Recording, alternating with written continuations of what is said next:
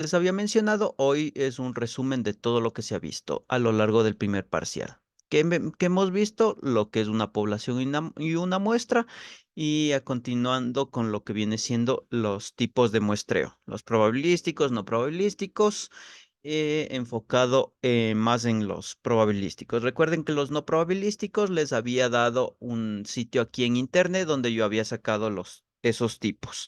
Y también tenían unos ejemplos y etcétera, etcétera. También vimos lo que viene siendo los intervalos de confianza. También vimos de ahí, nos saltamos a lo que viene siendo las pruebas de hipótesis, que nos habíamos enfocado en las pruebas de hipótesis de una muestra y de dos muestras, cuando ocupábamos el estadístico Z y el estadístico T de Studio. ¿Ya? En sí, a breves rasgos, esto es lo que vimos a lo largo del primer parcial. ¿Ya? Entonces, si nos vamos aquí a la 247 en el texto básico, mire, aquí tengo lo, la parte del métodos de muestreo. ¿Ya? Aquí teníamos las razones para realizar una muestra, pero antes de leerlos una vez más de manera resumida, primero tenemos que entender bien qué es una población y una muestra. ¿Ya? Eso es importante para poder entender estos conceptos de acá. ¿Ya? Como les había mencionado en clases anteriores, una población no es más que un conjunto de elementos u objetos que yo voy a estudiar. Una población puede ser un conjunto de animales, un conjunto de electrodomésticos, un conjunto de cosas, etcétera, etcétera. Por ejemplo, puedo decir que la población puede ser un curso de 100 estudiantes, ¿ya? Entonces mi población va a ser estos 100 estudiantes. Ahora, ¿en qué se relaciona la población con la muestra? Primero que la muestra va a ser una pequeña porción de la población, es decir, un subconjunto o una parte más pequeña de la población. Si digo que mi población es de 100 estudiantes pertenecientes a un curso, entonces mi muestra podría ser, digamos, 15 de esos estudiantes. Ya. ¿Para qué me sirve la muestra? Para yo determinar el comportamiento de toda mi población. Por ejemplo, como les decía, si yo voy a analizar esos 15 estudiantes, y en este caso yo quiero sacarles el promedio a esos 15 estudiantes, y resulta que el promedio de esas 15 estudiantes me dio 8,5. ¿Ya? Entonces, en base a esa información, yo puedo estimar que el promedio total de mi población va a ser 8,5 sobre 10. ¿Ya? Ven, esa vendría siendo una de las utilidades de la muestra. Yo gasté menos recursos, menos tiempo en determinar ese promedio. Es decir, solo calculé el promedio de esas 15 personas y ya obtuve el promedio de toda mi población de 100 personas.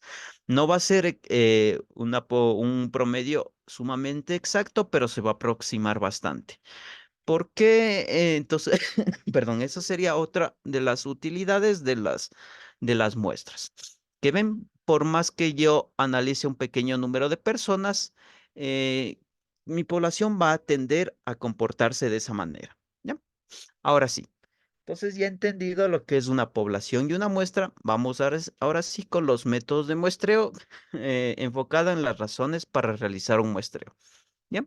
Esto también habíamos visto las primeras clases, estas razones de aquí, que decía establecer contacto con toda la población requiere mucho tiempo. Esto precisamente cuando tenemos poblaciones extremadamente grandes. Por ejemplo, ya no sería de 100 estudiantes. Ahí sí podríamos nosotros analizar a cada uno de ellos. Pero digamos, si yo estoy sacando ya no el promedio de un curso, sino de una universidad que vamos a decir que tiene aproximadamente 20,000 alumnos. ¿Ya ven? No es lo mismo analizar 100 alumnos que analizar 20,000 alumnos. Entonces, yo ahí me voy a demorar más, necesito más información y más recursos, por ende. Entonces, cuando son las poblaciones así muy grandes, se recomienda que ustedes saquen una muestra y en base a esa muestra no van a obtener el comportamiento 100% real, pero sí se va a aproximar, digamos, a un 98, 99%. Es decir, si yo le saco el promedio a estas 20,000, si es de estas 20,000 personas, yo saco una muestra de 200 personas, ¿ya? Y de esas 200 personas le saco el promedio y digamos que me dio 7.5, ¿ya? Entonces, mi población, yo puedo concluir que que sacan en mis 20.000 alumnos, tienen un promedio de 7.5, ¿ya? Y si yo analizara de uno a uno a mis 20.000 alumnos, probablemente me salga que no tienen un promedio de 7.5, sino de 7.7. ¿Ya ven? Pero la diferencia no va a ser así tan abismal. Por eso es que se recomienda hacer muestras. Porque en base a esa muestra que yo analicé esas 200 personas, no me demoré mucho, no invertí muchos recursos y tuve una respuesta casi exacta. ¿Ya? Eso sería el punto número uno.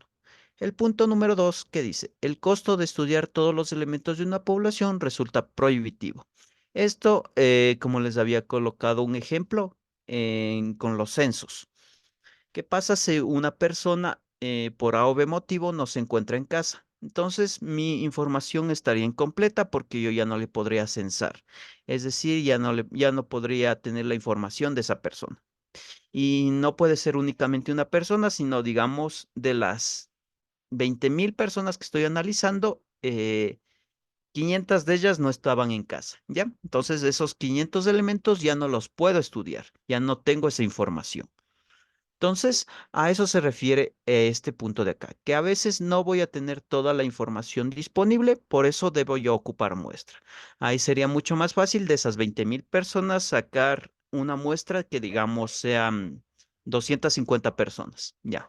Es, y yo encuesto 250 personas y ya, puedo calcular el dato la información que yo esté calculando. Por ejemplo, puedo saber cuánto ganan las personas al mes, si cuántas personas existen por familia, etcétera, etcétera. Ese tipo de información. ¿Ya? Ahora vamos con el la razón número tres, que dice, es imposible verificar de manera física todos los elementos de una población. ¿Ya? Similar al caso anterior, pero aquí vamos a también colocarlo con un ejemplo. Aquí les había puesto, sin más, no recuerdo, el ejemplo de qué pasa si yo estoy estudiando una un lago con una cierta cantidad de especies de pescados, de peces, mejor dicho, ¿ya? Y resulta que yo tengo que contabilizar cuántos peces estoy estudiando. Ya, les voy contabilizando. Está uno, dos, tres, cuatro, cinco, seis, y resulta que en ese lago hay 1.500.000 peces, ¿ya? ¿Y cuánto me demoré? Más o menos me demoré 1 hora y media en contabilizarlos a todos. ¿Ya? Pero resulta que esa información es falsa, porque en esa hora y media que yo les contabilicé, digamos, algún animal salvaje, un tiburón, pudo haber devorado algunos de esos peces. Y entonces mis peces ya no van a ser 1.500.000, sino, digamos, podrían ser 1.400.000. ¿Ya? Entonces, ven, a veces, por más que ustedes quieran analizar toda la población en general, no van a poder. Siempre van a haber cambios en cuanto a la población que ustedes están analizando. En cambio, si ustedes determinarían una muestra, digamos, de todo ese lago, yo quiero analizar únicamente a 500 peces, ya. O podemos ser un poco más pequeña, 100 peces, ya. Esos 100 peces, primeramente, yo no me voy a demorar tanto en contabilizarlos. Y voy a hacerle las pruebas correspondientes y voy a obtener, digamos, cuál es el peso promedio de cada de los peces, cuál es la edad promedio, el color, etcétera, etcétera. Ahí depende de lo que yo quiera analizar. ¿Ya? Pero si yo analizo una población, una muestra mucho más pequeña, yo voy a obtener esos resultados que se van a parecer bastante similares a que si yo analizara toda la población. Y me voy a demorar menos, voy a necesitar menos recursos y va a ser la información bastante exacta. ¿Ya? El punto número cuatro era que algunas pruebas son de naturaleza destructiva. Y aquí teníamos el ejemplo del vino. Si yo tengo un viñedo, ¿ya? Y yo para determinar la calidad de mi vino, necesitaría yo probar mi vino para decir si es de buena calidad, es de mala calidad, etcétera, etcétera, ¿ya? Pero, pero, ¿qué pasa si, digamos, yo fabrico 2 barriles al día? Y yo para comprobar que todos esos 2 barriles tengan la calidad que yo quiero, es decir, en este caso, yo quiero que tengan una calidad alta. Entonces, yo debería tomarme todos esos 2 barriles de vino y en base a eso voy a decir, sí, mi vino efectivamente tiene una calidad alta. Pero si yo me tomo esos dos barriles de vino, después yo qué vendo, yo ya no tengo un producto que vender. Entonces, claro, yo determiné que, como me tomé todo mi vino y determiné que mi vino sí era de muy buena calidad, pero yo ya no tengo nada que comercial, nada que vender. Entonces, por eso es que algunas pruebas son de naturaleza destructiva. Lo correcto ahí sería, de esos 2 barriles, únicamente tomar una pequeña copa y en base a eso decir, sí, mi vino es de muy buena calidad y estos dos barriles de aquí tienen la misma calidad. ¿Ya? Y por último, los resultados de la muestra son adecuados. Ya, como les decía, esto va más de acuerdo a los ejemplos que les coloqué al inicio. Es decir, si es que yo analizo de mi curso de 100 estudiantes, si yo le saco el promedio a 15 de ellos, y el promedio me sale que es 8.5. Entonces, yo puedo decir que el promedio total de mi curso de 100 alumnos es 8.5. Si yo analizara a mis 100 alumnos de uno en uno, le sacara el promedio, más o menos no me saldría 8.5. Podría salirme, digamos, un 8.3, un 8.7. ¿Ya? O incluso sí me podría salir 8.5. También puede ser una opción esa. Pero ven que los resultados no van a ser exactamente iguales a que si yo analizara una pequeña muestra, pero se van a parecer bastante a que si yo analizara toda la población. ¿Y qué estoy ganando con eso? Estoy primero ganando tiempo, ganando recursos y en sí vendrían siendo más ventajas que desventajas. Claro que no voy a tener la certeza al 100%, pero sí al 99, 98% de que sí, esos son los datos correctos. ¿Ya? Ahora, también recuerden que aquí en la primera clase habíamos visto los tipos de muestreo. Los tipos de muestreo probabilísticos, es decir, los probabilísticos que tienen que ver únicamente con probabilidad y los no probabilísticos que eh, el investigador seleccionaba los datos que quería estudiar. Por ejemplo, un resultado probabilístico puede ser una rifa de 100 boletos. Y entonces yo tengo 3 ganadores, el primer ganador, segundo ganador, tercer ganador. Y yo esos boletos los coloco digamos, en un sombrero, en unos papelitos del 1 al 100. Una persona al azar tiene que sacar 3 papeles y digamos, sale el número 5, el número 17 y el número 23, ¿ya? Entonces, esas personas son los 3 ganadores. Los, los ganadores fueron elegidos de manera aleatoria. Yo no dije, como conozco al número 25, yo quiero que el 25 sea el ganador número 1. El número 77 quiero que sea el ganador número 2. El número 2 quiero que sea el ganador número 3. ¿Ya? ¿Vieron? Eso no pasó, sino que los datos los obtuve yo de manera aleatoria. Es decir, yo cogí 3 papeles y no sabía qué números y me iban a salir, pero esos 3 papeles fueron los ganadores. Que en este caso les digo, pudo haber sido el 7, el 17 y el número 100, ya, por ejemplo. Ya.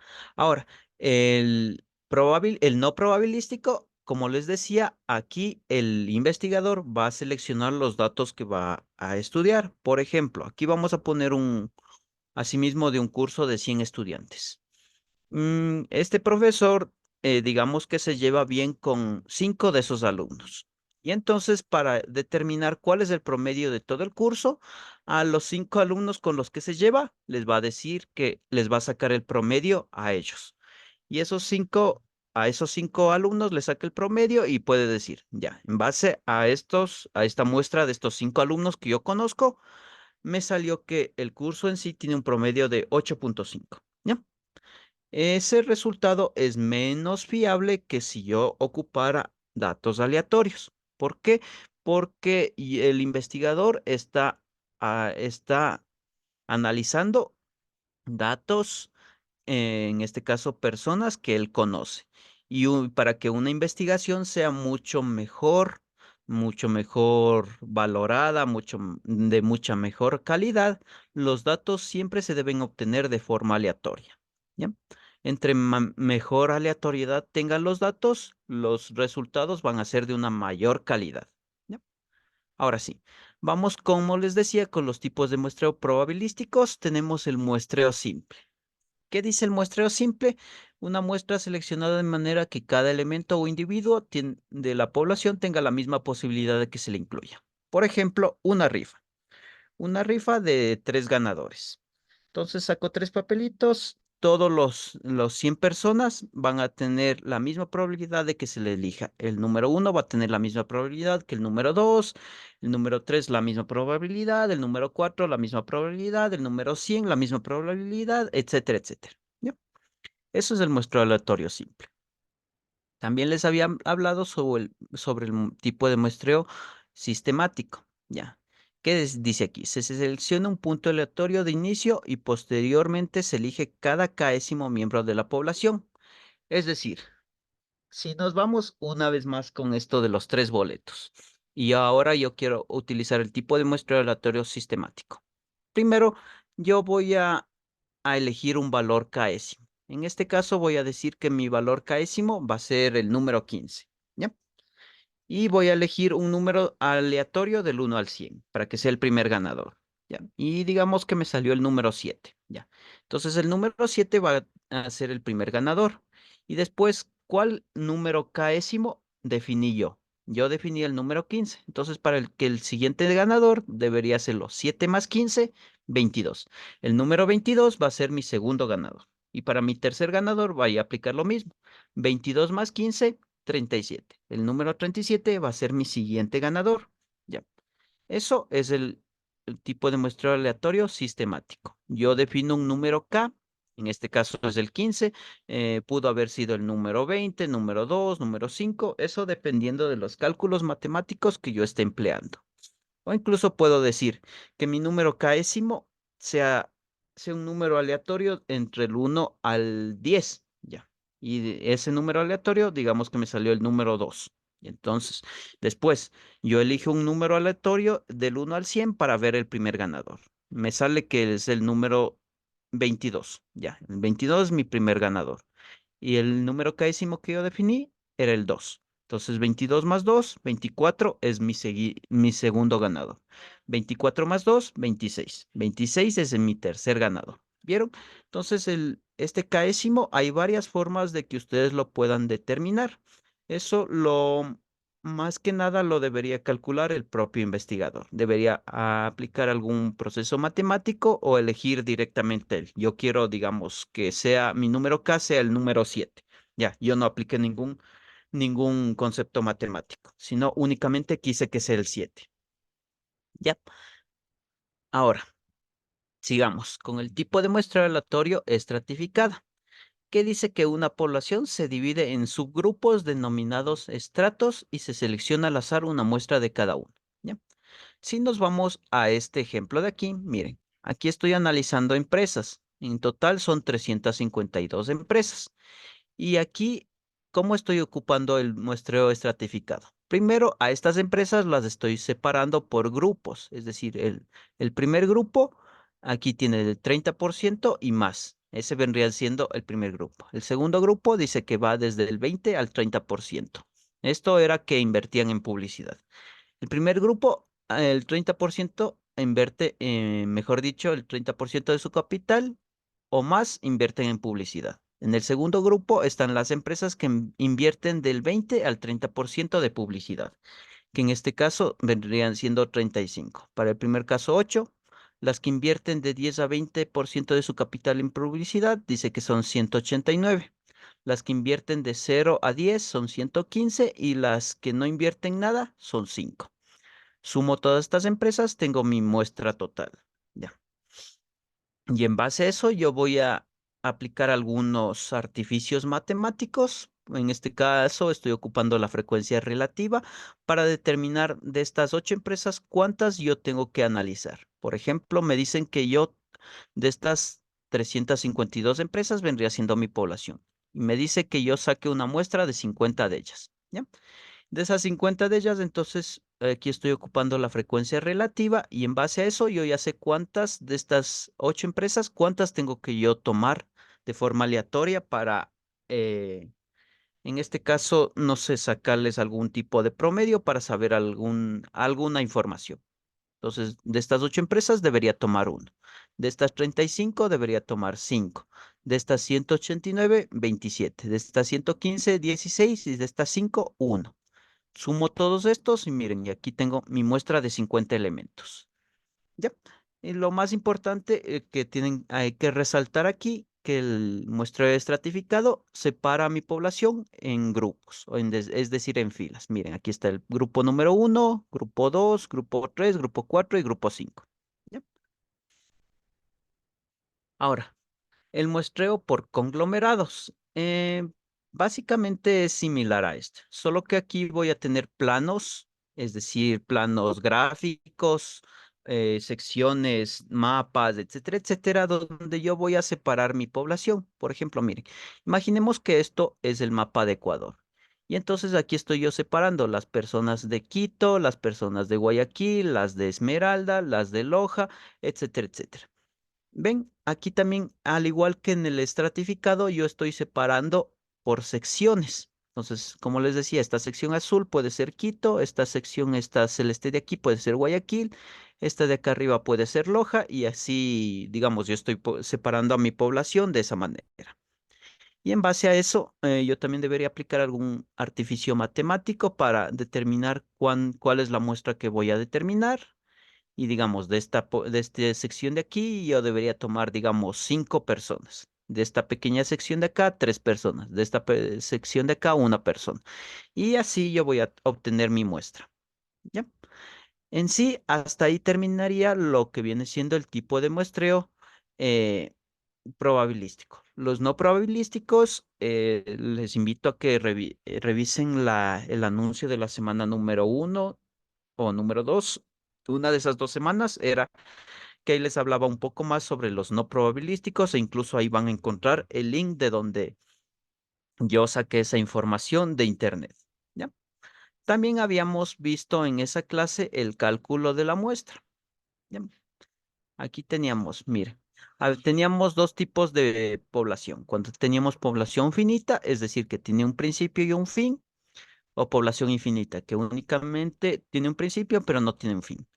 Un ejemplo de una población finita podría ser el curso de 100 estudiantes. Un ejemplo de una población infinita, las estrellas del cielo. Ya, yo no sé cuántas estrellas existan en el cielo, eh, muy probablemente sean infinitas. ¿Ya?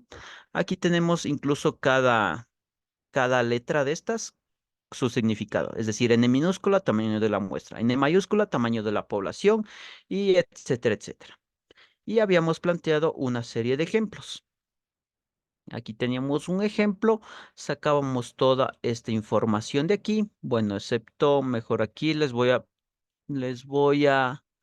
a poner en azul la parte que nosotros teníamos que calcular. Era esta parte de acá,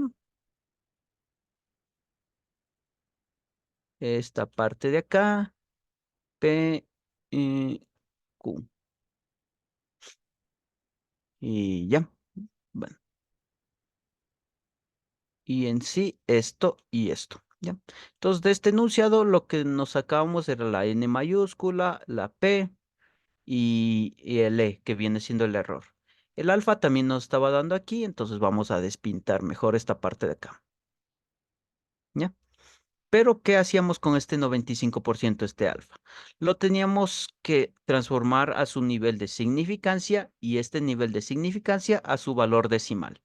Y con ese valor decimal, recuerden que nosotros ocupábamos esta tabla de aquí, estas tablas zetas,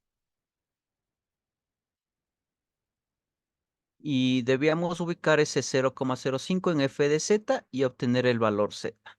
En ese caso, en este caso de este ejemplo, me daba que cuando yo ocupaba un alfa de 0,05, me daba un z de 1,645. ¿Ya? Y entonces ya conociendo esta información de aquí, ¿cómo calculan este Q? Si ustedes ya le está dando P. Para calcular Q, recuerden que la fórmula era 1 es igual a P más Q. Y entonces, ahí ustedes debían hacer un pequeño reemplazo, es decir, la Q le pasarían al lado izquierdo restando, la P le pasarían al otro lado también restando, o dependiendo de lo que ustedes necesiten. Y entonces, en base a esos despejes de fórmula, ya van a encontrar Q. Y con esta y si ustedes ya tienen todos estos datos, ya podrían aplicar esta fórmula de aquí y les saldría N. Asimismo, si están hablando de datos infinitos, es decir, que este N mayúscula sea infinito, ocuparían ustedes esta fórmula de aquí para determinar la muestra. ¿Ya? También recuerden, no hay aquí el otro, no, sí, ahí está, ese es el único ejemplo. De aquí les había puesto para el cálculo de la varianza, un ejemplo, para el cálculo del error, otro ejemplo, y aquí teníamos el ejemplo de los caésimos, que ya les expliqué anteriormente. Aquí tenemos una serie de definiciones, que es población, que es muestra, que es el nivel de significancia y que es el nivel de confianza. Incluso aquí les había explicado cómo se transforma un nivel de confianza en un nivel de significancia y un nivel de significancia en su valor decimal. ¿Ya? Como les menciono, esto lo pueden encontrar en la clase de la semana número 1. Ahora, pasemos ya un poco más breve a la página 275. En la 275, ahí prácticamente, perdón, 275 nos habíamos enfocado en los intervalos de confianza.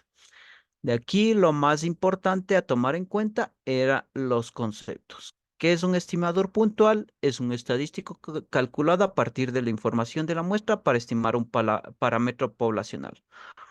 Un estimador puntual me da información acerca de una población o de una muestra. Por ejemplo, puede ser el promedio. Entonces, si yo le saco el promedio a una serie de estudiantes, yo ya puedo saber cuán, cómo están en notas. ¿Ya? Eso podría ser un estimador puntual. Y también tenemos el otro concepto, intervalo de confianza, que es un conjunto de valores que se forman a partir de una muestra. Recuerden que el estimador puntual era un único valor. Por ejemplo, aquí podría ser el promedio, que es 8.5. Y si ese estimador puntual lo convirtiera en un intervalo de confianza, que sería la forma más efectiva, yo puedo decir que mis estudiantes ya no tienen un promedio de 8.5, sino que mis estudiantes tienen un promedio de 8 a 9. Es decir, va a haber estudiantes que tengan 8.1, otros que tengan 8, otros que tengan 9, otros que tengan 8.9, etcétera, etcétera. En sí, los intervalos de confianza es parecido al estimador puntual, solo que voy a tener varios valores, es decir, un conjunto de valores donde se va a ubicar mi parámetro. En este caso, el promedio. Ya. También recuerden que les había explicado con estos ejemplos de acá. Y aquí teníamos las fórmulas necesarias, la del error, la del intervalo de confianza. Miren, este vendría siendo mi promedio en caso de las notas. Mi intervalo de confianza va a ser un menos z sigma dividido para raíz de n para sacar el límite inferior y aquí, y si le pongo un signo positivo, sacaría el límite superior. Necesariamente necesito el promedio para calcular estos intervalos. Y en sí, lo de los intervalos es calcular estas líneas en naranja. Ya tengo el 6.5 hasta 9.5. Ya. Entonces aquí ya teníamos un ejemplo. Este ejemplo de aquí, que miren, prácticamente teníamos esta información de acá y la que estaba aquí en celeste y esta parte de acá es la que nosotros calculábamos. En este caso, nos daban la muestra, la desviación estándar y el alfa. El alfa, recuerden que en este tipo de ejercicios teníamos que trabajar con alfa medios en su valor decimal. El promedio ya nos daban en el propio enunciado y esta parte de aquí vendría siendo el mejor dicho, el promedio menos z, desviación estándar dividido para n. Este es el límite inferior y este vendría siendo el límite superior, donde aquí ocuparía el signo más. Entonces, y con eso, como ustedes pueden ver, ya están calculando lo que viene siendo ese intervalo. El intervalo inferior, el intervalo superior. En este caso, estarían calculado el 6,5 y el 9,5. Este vendría siendo el 6,5 y este el 9,5. ¿Ya? Como aquí tenemos el apartado A y el apartado B, para el apartado A era esto, para el apartado B era este proceso de acá. Y lo mismo teníamos aquí en este otro enunciado, solo que únicamente estamos ocupando proporciones. Recuerden que cuando ustedes ocupen proporciones, deben ocupar esta fórmula de aquí. Es decir, casos de éxito que multiplica uno menos los casos de éxito dividido para n. Y todo eso dentro de una raíz. Es, la fórmula es distinta a esta fórmula de aquí, donde yo conozco directamente la desviación estándar. Cuando yo no conozco la desviación estándar, debo aplicar estas fórmulas de aquí. Y lo mismo, límite inferior, límite superior, límite inferior, límite superior. Es decir, en este caso, menos 28 y menos 0,28, mejor dicho, 0,28 y 0,38. En este caso este sería el 0,28 y este 0,38. El promedio lo obtengo aquí de P y listo. Entonces, así ustedes calcularían este tipo de ejercicios. El que se les había explicado me parece que es en la semana 3 o en la semana 4, una de las dos. ¿Ya? Entonces, hasta ahí ya terminamos lo de intervalos de confianza. Vamos a las pruebas de hipótesis. Que esto, una vez más les recalco, tómenlo bastante en cuenta porque de aquí en adelante el resto de ejercicios que veamos, la mayoría, por lo menos la mayoría, vamos a resolver con la prueba de hipótesis. Para las pruebas de hipótesis, recuerden que nos basábamos cuando teníamos el estadístico Z, es decir, cuando nosotros conocíamos la población total, y el estadístico T de Student cuando no conocíamos la población total. ¿Cuáles eran esos 5 pasos para realizar la prueba de hipótesis? Eran estos. Definir la hipótesis nula y alternativa. Recuerden. H sub 0, hipótesis nula. H sub 1, hipótesis alternativa. Ya. Entonces, recuerden que ustedes pueden tener una prueba de una cola. ¿Cómo se dan cuenta si es de una cola o de dos colas? Con la hipótesis alternativa. Si en la hipótesis alternativa ustedes tienen menor o menor igual, siempre va a ser una prueba de una cola a la izquierda. Asimismo, si ustedes en la hipótesis alternativa tienen mayor o mayor igual, siempre va a ser una prueba de una cola a la derecha. ¿Ya? Entonces aquí les había puesto una serie de ejemplos y les había explicado que ustedes definan la hipótesis nula así en fórmulas, es decir, así, y en letras. Por ejemplo, aquí tenemos los ecuatorianos ganan un sueldo superior a $450. Esa es mi hipótesis nula. La alternativa sería todo lo contrario, es decir, que los ecuatorianos ganan un sueldo que no supera los $250. Eso sería lo contrario. Asimismo, les había explicado un ejemplo donde sea una prueba de dos colas. Los ecuatorianos invierten $200 en publicidad. Aquí sí o sí están invirtiendo sus $200. Lo contrario sería decir que no suelen invertir $200. Yo no sé si inviertan más, si inviertan menos o una de las dos opciones. Ya. Aquí están invirtiendo justo $200. Aquí pueden invertir menos o pueden invertir más. Por eso aquí tengo un diferente. Ya. El paso número 2 es definir el nivel de significancia, es decir, dar un valor a alfa. Esto me va a venir en el mismo enunciado. Si es una prueba de una cola, el alfa tal y como me venga en el enunciado. Si es una prueba de dos colas, el alfa le voy a dividir para 2. Es decir, si yo tengo un alfa de 0,05 dividido para 2 es 0,025 y le voy a llamar alfa medios. Y con este alfa voy a trabajar.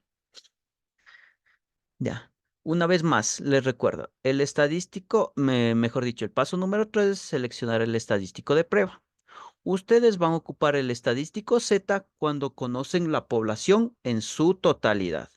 Es decir, Vamos aquí una vez más el ejemplo de los estudiantes. Yo sé que tengo un curso con 100 estudiantes, pero digamos, yo soy un profesor nuevo y recién me van a asignar un curso. Y ese curso me dicen que van a tener alrededor de 90 a 120 estudiantes. ¿Ya?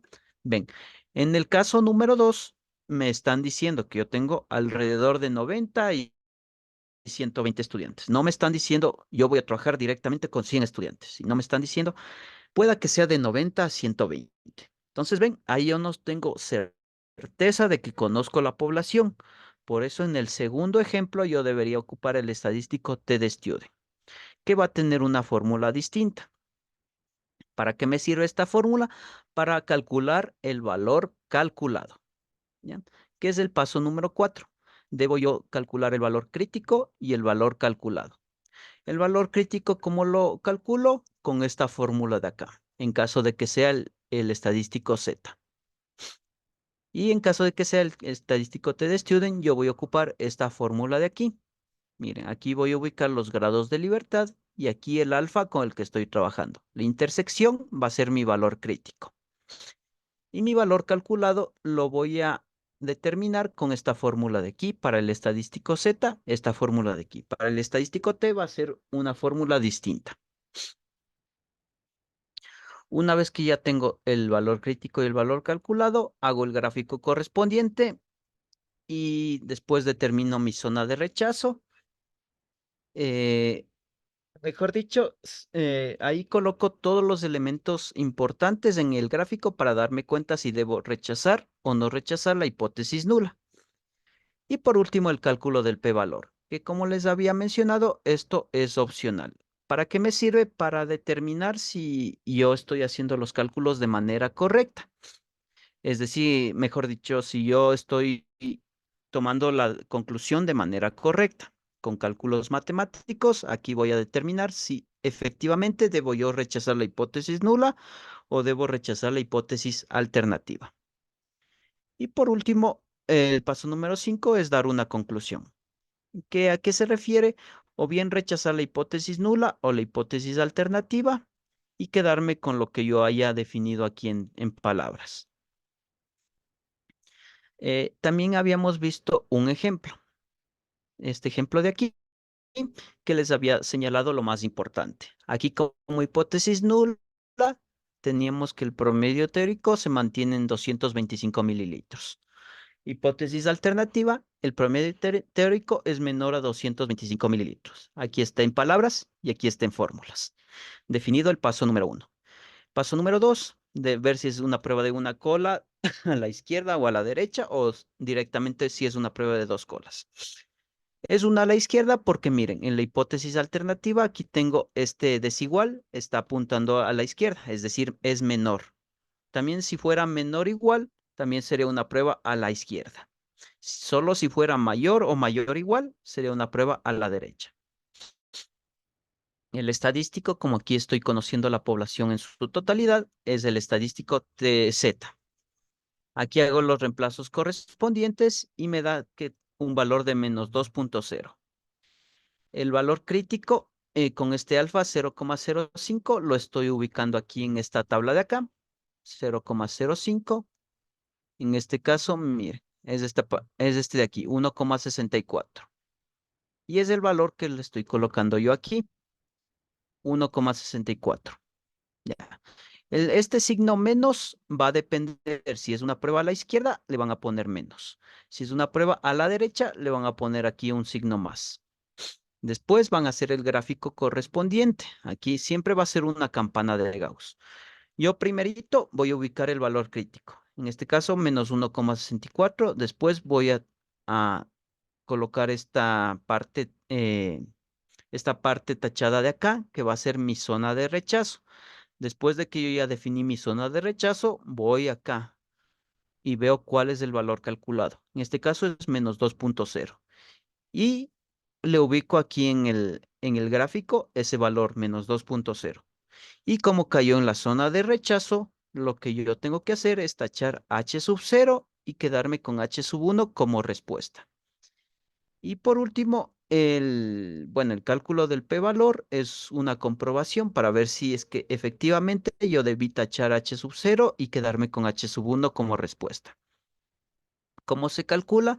Mediante esta fórmula de acá.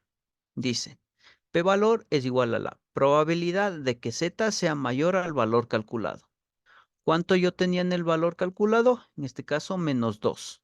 Por eso le estoy poniendo aquí menos 2. Ya. Eh, Aquí les había dicho que si ustedes tienen aquí un signo negativo, cuando están calculando el p-valor, únicamente ocupen la parte positiva. ¿Ya? Por eso este menos 2 lo estoy transformando en 2 positivo. Si esto, digamos, hubiera sido 1,8, entonces positivo. Entonces yo aquí directo le hubiera bajado como 1,8 positivo. Ya no me hacía falta quitarle el signo menos. Aquí como es negativo, le quito el signo menos. Después aplico propiedades de las probabilidades. En este caso, 1 menos la probabilidad. Miren, invierto este signo de acá, es decir, la probabilidad de que z sea menor a 2. Después voy a ocupar el proceso inverso acá en la tabla. Es decir, voy a ubicar aquí en z el 2 y obtener el f de z. Aquí sí me voy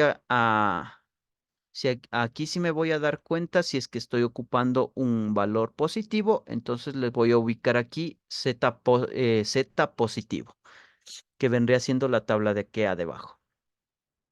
Ya. Z positivo dice que tiene un f de z de 0,977 y es lo que yo estoy reemplazando aquí. 0,977. Hago los cálculos correspondientes y me sale que el p-valor es 0,023. Y directo paso a hacer la comprobación. Entonces yo ya sé cuál es el valor de alfa y el valor y el p-valor. Recuerden, el p-valor siempre va a estar al lado izquierdo y el alfa al lado derecho. Entonces yo le ubico 0,023, que es mi p-valor, y el alfa 0,05. Este signo de acá yo le voy a colocar, dependiendo cómo interpretando los datos. Como lo interpreto de la siguiente manera. 0,023 es menor a 0,05 o es mayor a 0,05. O es mayor igual o es menor igual o es igual. ¿Ya? Entonces 0,023 yo digo que es, ay, espera. Yo digo que es menor a 0,05. Ya. Y entonces yo voy a tener únicamente dos opciones, cuando el p-valor sea menor a alfa o cuando el p-valor sea mayor a alfa. En este caso me encuentro en el apartado número 1, es decir, esta de acá. Entonces mi respuesta correcta sería rechazar h sub 0, es decir, tachar h sub 0. ¿Qué es lo que estoy haciendo aquí? Tachando h sub 0 y quedándome con h sub 1 como respuesta. ¿Vieron? Este es el método de comprobación, que como les decía, no es necesario que ustedes lo apliquen, porque aquí con el gráfico ustedes ya se dan cuenta, no necesitarían ningún método de comprobación. Con el gráfico ustedes se darían cuenta si es que deben rechazar h sub 0 o no rechazar h sub 0. Cuando nos rechazan, digamos, cuando el valor calculado caería en esta zona blanca de acá. Como cayó en esta zona tachada, yo debo rechazar h sub 0. ¿Ya? Por eso les decía que este cálculo del p-valor es opcional. Si ustedes quieren hacerlo, lo hacen. Si no, no hay problema. Porque con esta parte de acá, yo ya me estoy dando cuenta de si debo rechazar o no el h sub 0. Y por último, el paso número 5 era colocar la conclusión, que es, en base a los datos proporcionados por el enunciado, se concluye que el promedio teórico es menor a 225 mililitros, que es lo que yo definí aquí. El promedio teórico es menor a 225 mililitros. Ya. También teníamos un ejemplo. Miren, aquí tenemos cuando teníamos dos poblaciones. Prácticamente el proceso va a ser igual. Lo único que va a cambiar aquí, miren, que voy a comparar población 1 con población 2. Y el estadístico de prueba, cuando tengo dos poblaciones, miren que cambia ligeramente, porque aquí debo incluir las dos poblaciones. ¿Ya? De ahí el proceso este del gráfico va a ser igual, el cálculo del p-valor va a ser igual. y la conclusión va a ser igual. Teníamos aquí un ejemplo con el estadístico TD-Student, que, bueno, los pasos van a ser exactamente iguales. Lo único que cambia aquí es el estadístico TD-Student. Yo debo ocupar esta fórmula de aquí para el valor calculado. Y en la parte de acá yo calculaba los grados de libertad. Bien. Entonces, para ello teníamos este ejemplo de acá. Mire, que me hablaba de una serie de quilates. Entonces, yo lo mismo, voy a definir mi hipótesis nula y alternativa. En fórmulas y en letras. ¿Ya? Entonces, aquí, como ustedes pueden ver, mi muestra va a ser 1, 2, 3, 4, 5, 6 elementos. ¿Ya? Entonces, de la misma manera, yo aquí me doy cuenta que es una prueba de una cola a la derecha, porque la hipótesis alternativa tiene un mayor a 0,5, es decir, mayor a algún valor. Como es mayor, es una prueba de una cola a la derecha. Después hago los cálculos correspondientes para definir el alfa. El estadístico de prueba que voy a ocupar es el t-de-student. Aquí hago los reemplazos correspondientes y calculo el valor calculado de t. En este caso es más 1,32. Después, como les había mencionado, tengo que calcular los grados de libertad. ¿Cómo me doy cuenta? Con esta fórmula de acá. Esta es la fórmula. Ya. Los grados de libertad es igual a n menos 1. ¿Cómo sé n? ¿Cuál es el valor de n? Porque tengo 6 elementos en mi muestra. Tengo 1, 2, 3, 4, 5, 6. Siempre va a ser n menos 1. 6 menos 1, 6 menos 1, 5. ¿Ya? Entonces, por eso mis grados de libertad es 5. El valor crítico lo voy a obtener con los grados de libertad y el alfa con el que estoy trabajando. Entonces, para ello, ahora sí voy a ocupar esta fórmula de acá. En la parte de acá donde dice V, voy a ubicar los grados de libertad. En este caso es 5. Y acá en el alfa voy a ubicar el alfa que estoy trabajando. En este caso 0,05. Ya, la intersección 2,015. Ese es mi valor crítico. 2,015. Miren. Después voy a hacer el gráfico correspondiente. Primero ubico el valor crítico, que es este en morado, 2,015. Coloco aquí la zona de rechazo. Después, ¿cuánto tenía en mi valor calculado? 1,32. 1,32 se encuentra en la parte de acá, es decir, en la parte que no está marcada. Y debo hacer lo contrario al ejercicio anterior, es decir, como cayó en la zona que no está marcada, yo voy a tachar H sub 1 y me voy a quedar con H sub 0 como respuesta. Es decir, que no existe ningún cambio. Esa va a ser mi respuesta. Se concluye que debido a la información expuesta por el enunciado, no se rechaza la hipótesis nula, por lo que no existe ningún cambio en el peso de los quilates. ¿Bien? ¿Ven? De aquí lo único que cambió es que necesitaba calcular los grados de libertad y necesitaba ocupar esta tabla de acá para el valor crítico. Ahora, vamos de una vez con 340, la página 340.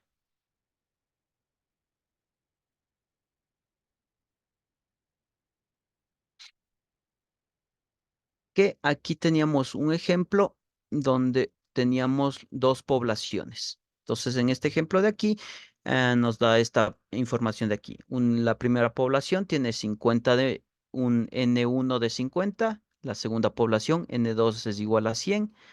Aquí tenemos el promedio 1, el promedio 2, la desviación estándar 1, desviación estándar 2. Paso número 1, definir la hipótesis nula y alternativa. Paso número 2, ver con el alfa con el que estoy trabajando. En este caso, 0,01. Se identifica el estadístico de prueba, en este caso, el estadístico Z. Se formula la regla de decisión. ¿Cuál es la regla de decisión? Una vez más, recuerden que es calcular el valor crítico, el valor calculado y hacer este gráfico de acá. Eso es formular la regla de decisión. Miren, aquí estoy haciendo el gráfico, ubicando el valor crítico, poniendo aquí la zona marcada y Una después, consulta. sí, dígame. Tengo una inquietud sobre la zona de rechazo cuando Ujú. pintamos. ¿Nosotros nos debemos guiar en la tablita Eh, o por para, el cal- signo? para calcular el valor No, crítico, dice. no, no, el valor crítico sí lo tengo claro. Lo que Ujú. quiero saber es la región de rechazo. Ya, En dónde, en qué momento pinto? Si ya, es a la izquierda o a la derecha o me guío ya. por el Sí, signo. ya, verá. Si es que ustedes tienen un valor crítico que en este caso está acá a la derecha, todo lo que esté a la derecha va a ser mi zona de rechazo. Es decir, todo lo que sea mayor o igual a 2,326 va a ser mi zona de rechazo. Asimismo, si mi zona de rechazo no estuviera en la parte derecha, mejor dicho, si mi valor crítico no estuviera en la parte derecha, si fuera, digamos, menos 2,32, estaría en la parte izquierda. Y todo lo que esté a la izquierda de menos 2,326 sería mi zona de rechazo. Entonces, yo así tengo que ubicar mi zona de rechazo. Por ejemplo, en este caso, 2,015, todo lo que esté a la derecha, 2,016, 2,1, 3,1, 3,5, todos esos valores que estén a la derecha va a ser mi zona de rechazo. Y si me voy aquí en el ejemplo anterior, aquí tenía en cambio en la zona izquierda. Mire, de menos Se podría 1,54. decir como, como un plano cartesiano y me tengo que guiar por los signos, ¿verdad? Exacto, Ya, exacto. Es ok. como un plano Muchas cartesiano. gracias, profe. Ya, listo. ¿Ya? Entonces continuemos con el ejemplo. ¿Ya? Perdón. Teníamos ya el gráfico. Entonces, mi valor crítico, como está a la derecha, todo lo que esté a la derecha de mi valor crítico va a ser mi zona de rechazo. Después, ¿cuánto me dio mi valor calculado? En este caso, veamos cuánto, creo que lo calcula. Aquí está, 3,123. 3,123 más o menos va a estar por acá, donde dice escala de la Z. Más o menos va a estar por ahí. Y entonces ven, ahí sí cayó en la zona de rechazo. ¿Qué hago cuando cae en la zona de rechazo? Voy a tachar H sub 1 y quedarme con H sub 0 como mi respuesta. Lo que haya yo definido en palabras para H sub 0 va a ser mi respuesta. En este caso decía que la diferencia, ¿dónde estaba? En conclusión, el método Fastline es más rápido, ¿ya? Entonces, como aquí estábamos analizando los tiempos, me está diciendo que el segundo método, el Fastline, va a ser más rápido que el primer método. Y es lo que está haciendo aquí. Si está diciendo que el método uno se demora más que el método 2. Aquí entonces está llegando a la conclusión que el método uno se demora menos que el método 2. ¿Ya? Entonces, eso depende de cómo ustedes lo hayan definido en palabras, la hipótesis nula y la alternativa. Por eso, aquí es un poquito más complicado encontrar la conclusión porque no la definí en palabras. Por eso yo siempre les recomiendo, definan tanto en fórmulas como en palabras, porque una vez que ustedes ya tachan lo que hayan ustedes definido en palabras a la hipótesis nula, esa sería la respuesta. ¿Ya? Y por último, vamos a ver el ejercicio que se vio 344 en la clase anterior, que teníamos el TED Studio. Teníamos este ejemplo de aquí, mi población uno, población 2. De aquí prácticamente teníamos que hacer lo mismo, definir la hipótesis, el paso uno. Paso uno teníamos aquí, que los tiempos eran iguales o los tiempos diferentes. Ya. Como aquí tengo un diferente, va a ser una prueba de dos colas. Es decir, aquí miren, le defino como una prueba de dos colas. El alfa en el que estaba trabajando para ese enunciado es 0,10, pero como es una prueba de dos colas, este 0,10 lo divido para 2, 0,05. Ocupo el estadístico T de Student porque no conozco la población total, sino únicamente una parte de ella. ¿Ya? Entonces, recuerden, para ese cuadrado, ustedes deben aplicar esta fórmula de aquí y ese cuadrado lo reemplazan acá. De ahí la demás información ya la van a obtener en el propio enunciado o la van a tener que calcular aplicando esta fórmula de acá. Esta fórmula de acá en caso de que no les dé la desviación estándar. Entonces, una vez que ustedes ya tienen toda la información, ya. En este caso, calculan los grados de libertad. ¿Cómo calculan los grados de libertad? Cuando son dos poblaciones, van a sumar N1 más N2 y van a restar 2. ¿Cuántos elementos tenía yo aquí? Miren, en la primera población tenía 1, 2, 3, 4, 5. En la segunda, 1, 2, 3, 4, 5, 6. 5 más 6, 11. 11 menos 2, 9. Entonces, ese debería ser mis grados de libertad. Miren, aquí está. 5 más 6 menos 2, 9. El valor crítico lo obtengo de la tablita. Entonces, yo debo ubicar 0,05 con 9 grados de libertad. Entonces, 0,05 con 9 grados de libertad. La intersección 1,833. Es lo que estoy definiendo aquí, 1,833. Es más menos porque es una prueba de dos colas. Es decir, yo voy a tener un corte al lado izquierdo y un corte al lado derecho. Entonces, por eso tengo aquí dos valores críticos. Recuerden, como tengo dos valores críticos, todo lo que esté a la derecha de 1,833 va a ser zona de rechazo. Lo mismo para el otro.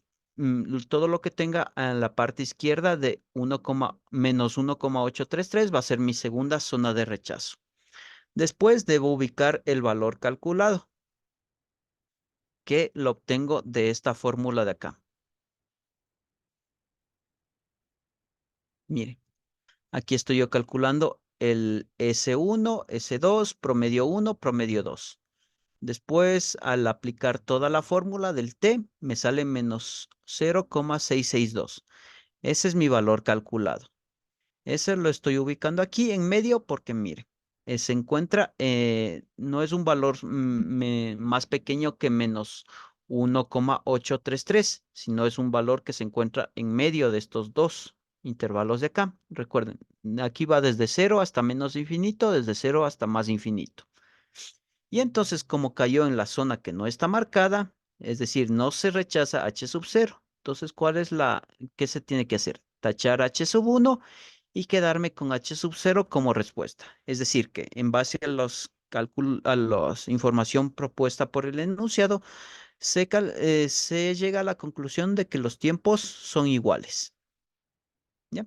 O, o podemos ponerle aquí.